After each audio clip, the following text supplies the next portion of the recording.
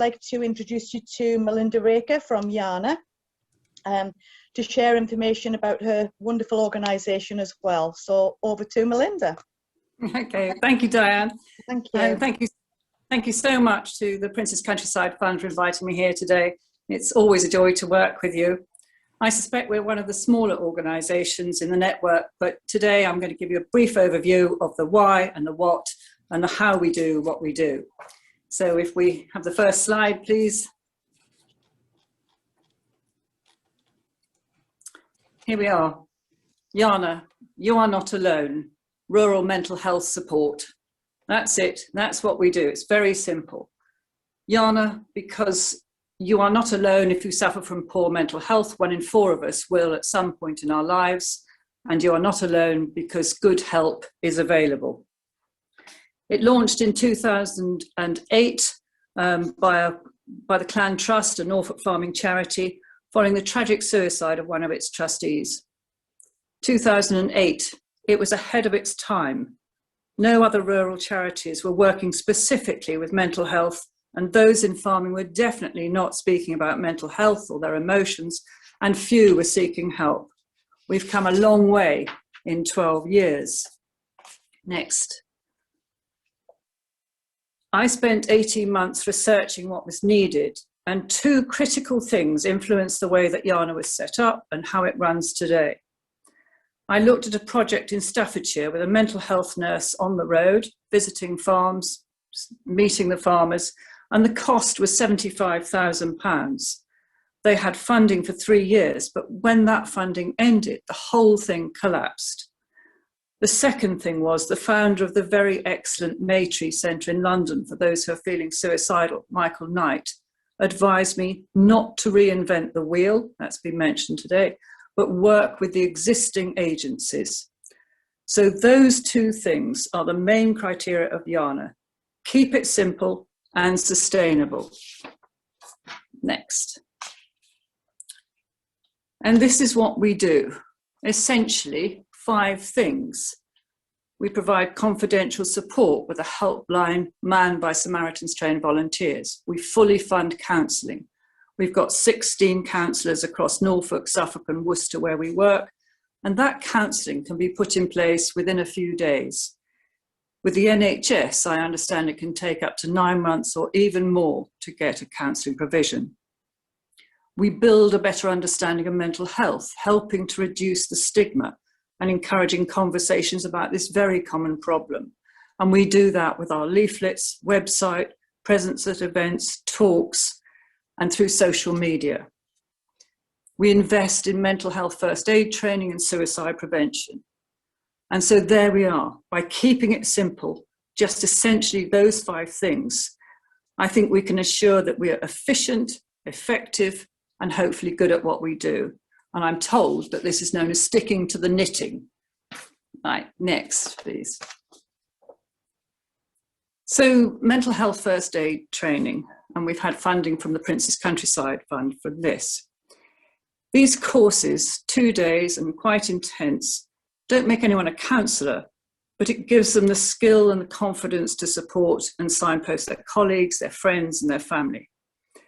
And the grant from Princess Countryside Fund was for 6 courses over 3 years. Sadly, we couldn't run them last year and we haven't been able to yet this year, but we will have a grand catch-up later this year, hopefully. So we target those in rural businesses. And as you can see from this table on the right, we funded 96 people so far. 29, you'll see, have been funded by the Princess Countryside Fund, and you can see the spread of the work context. This shows us which cohorts to target for any forthcoming courses. But I think we've got a good spread, ensuring that support is available in all these different sectors of our industry. The courses cost approximately £3,600 for 16 people, or £230 per person, and I think that represents very good value for money. Last year, we sent a follow-up questionnaire to our first aiders to ascertain not just how they valued the course, but actually how they used it. And this gave us a social value to the course and the cost per contact.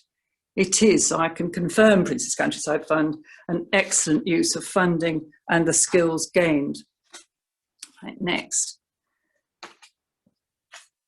I'm sure you'll all be aware of the alarming suicide statistics in our industry. In 2019, there were a total of 102 suicides in England and Wales in those working in farming and agricultural related trades. In 2018, we launched the suicide prevention campaign, 7 Tractor Facts to Save a Life.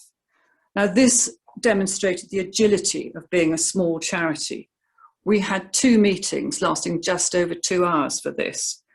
And we involved the ex-coroner, a police officer who was dealing with mental health in the rural communities, our Lord Lieutenant, who was also a counsellor, and 3 of the YANA team. And once we'd got the basics, we asked the leading national suicide prevention charity, Grassroots, to advise us on the final wording.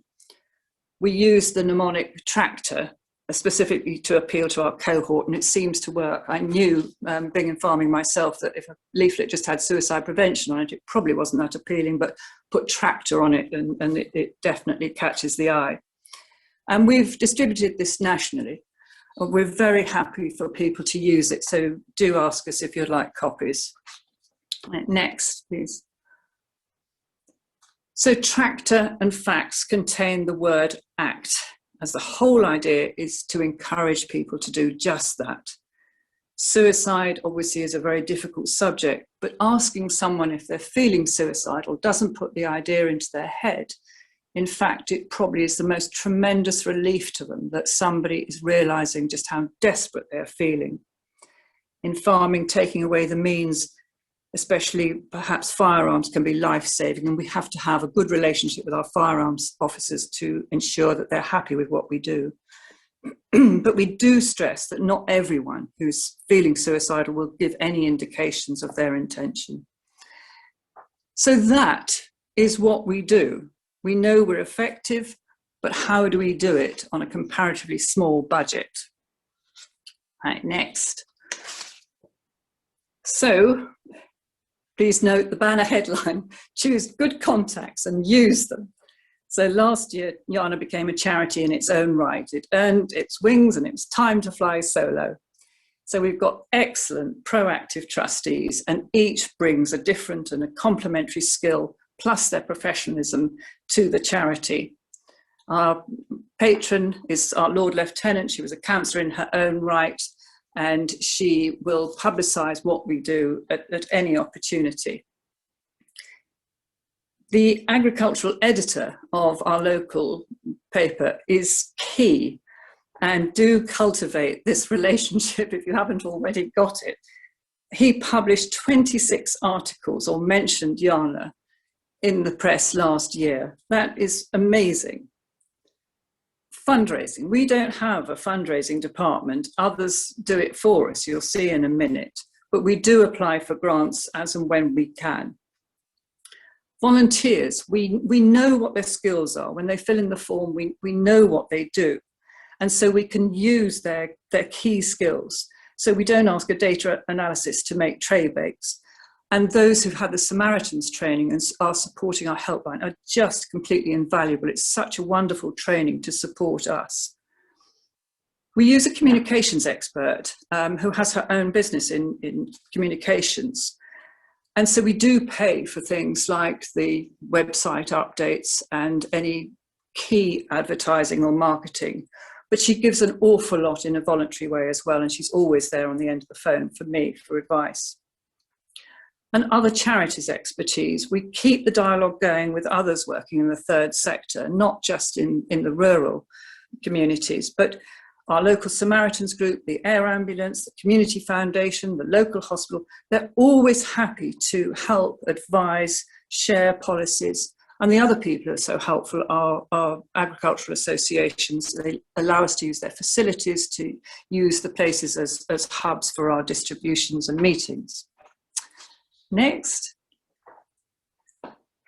keeping the brand and the message out there. So this too is really important to us. And here are 4 examples of the way that we have done this with support from other companies. The first one on the left, our sticker on a tractor, I think it was a tractor, at Christmas time by Ben Burgess, suppliers of agricultural machinery. So they decorated the tractors, the combines and the trailers outside their depots at Christmas time, and they had a collection for us. The police, this is an inspector of police who supported the suicide prevention campaign. The next one is a huge stand at the local racecourse who put up this enormous banner for us. And the one on the right is me at a conference speaking to 300 delegates with the banner clearly visible. Next, please. Lockdown has provided a really good opportunity to reflect and analyse what we do. I think that has been a real positive in it. And that analysis is now shaping future strategy. We can see what we do well, so we'll do more of that, and we can address any gaps in the provision. So with the helpline, we can analyse age, gender, geography, who we refer to when they're out of catchment area.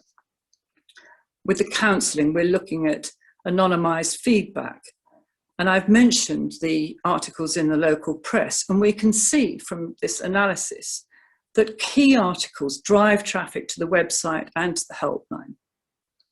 Sadly, a Norfolk farmer died in a road traffic accident last year. They couldn't have a funeral, so the family organised a tractor run. The way the family spoke was so eloquent, and it was well reported in the paper, and we could see a real spike in calls to the helpline in the following week or two. With the database that's analysed by county work context, we can see exactly where our links are, and this all feeds into the website statistics as well. And so we can see the really good overview of what we're doing and the success and the areas that we can build on. And next one. This is using others' expertise and professional marketing. How lucky are we? Here are 3 extraordinary examples of support from 3 companies.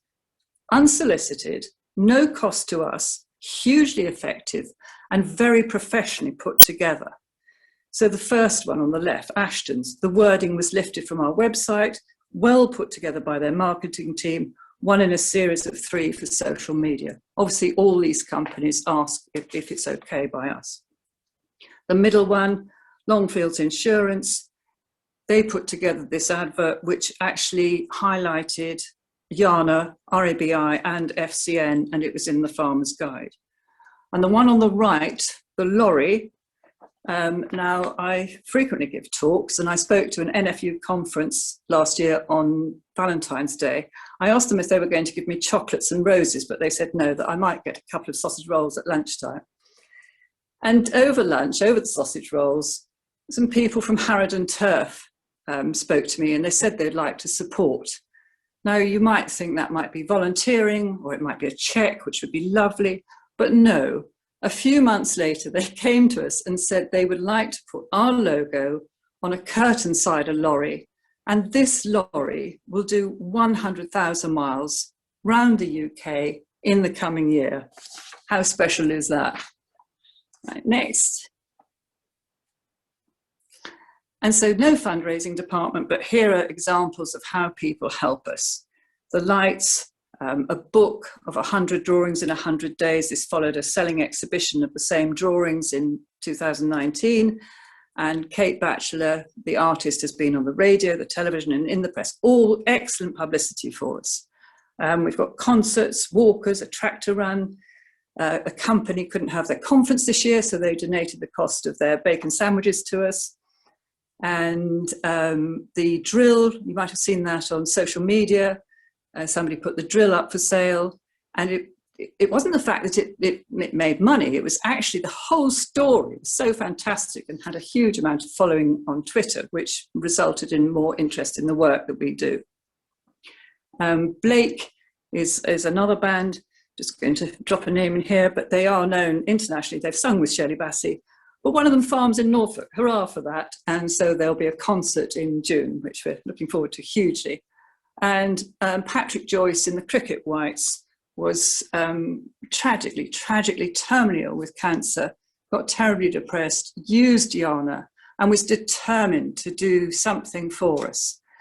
And in his final 3 months, he organised a fundraising cricket match, which raised enough money to fund our counselling provision for 1 year and our refresher brand. And he knew in the fortnight before he died just what his legacy was. It was remarkable. Thank you. Next. And so, with all charities, I am a huge believer in collaboration. We work with FCN and RABI, and we've made that happen from the bottom up rather than the top down. We recognise that what our charities offer to the rural communities is complementary, it's not conflicting. FCN and RABI refer callers to our funded counselling. We refer callers to FCN for pastoral support and to RABI for practical and financial help. And had 2020 been a normal year, we would have had joint stands at various shows and rural events across the counties. We were frequently asked if there were other YANAs in other parts of the country. So in 2018, we put together a national directory of all the rural support groups and distributed thousands of these copies across the UK. NFU, CLA, CAB, land agents, police forces, agricultural colleges, all the relevant charities. One police officer in Dorset contacted us and he said he kept a copy in his stab jacket because if he was in a difficult situation, he had got the contact details of everything, Samaritans, the local groups, Matry, whatever he needed in one information booklet. But last year, recognising that it could go further and higher with a national charity with high profile patrons, trustees and ambassadors, we donated it to Prince's Countryside Fund. And when Clarence House mentioned it in a tweet, I knew we'd made the right decision. Next, please. But when we took part in the worshipful campaign of farmers' research into rural health and well-being, and that concluded, as has already been mentioned, that you cannot compare farming in Norfolk, where I am, with Cornwall, Wales or Scotland. Farming support is not a one-size-fits-all. In YANA, we have our fingers on the pulse of our farming communities. We know exactly what's going on and what the difficulties are pretty much on a day-to-day basis, because most of us are involved with farming in some way. But we very much appreciate the wider network of the support groups, of sharing the ideas and common themes, as has been mentioned.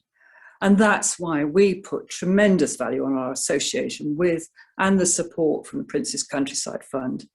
Obviously, it's highly regarded and a very strong brand. Next. But every umbrella needs a Mary Poppins. It's interesting that Diane always emails the rural support groups as, "Dear friends, the information she supplies is invaluable." Reverting to Mary Poppins, she is definitely the spoonful of sugar which makes the medicine go down. And she definitely helps us fly the YANA kite up to the highest height. Thank you all at Prince's Countryside Fund for all your support and again for inviting me here today.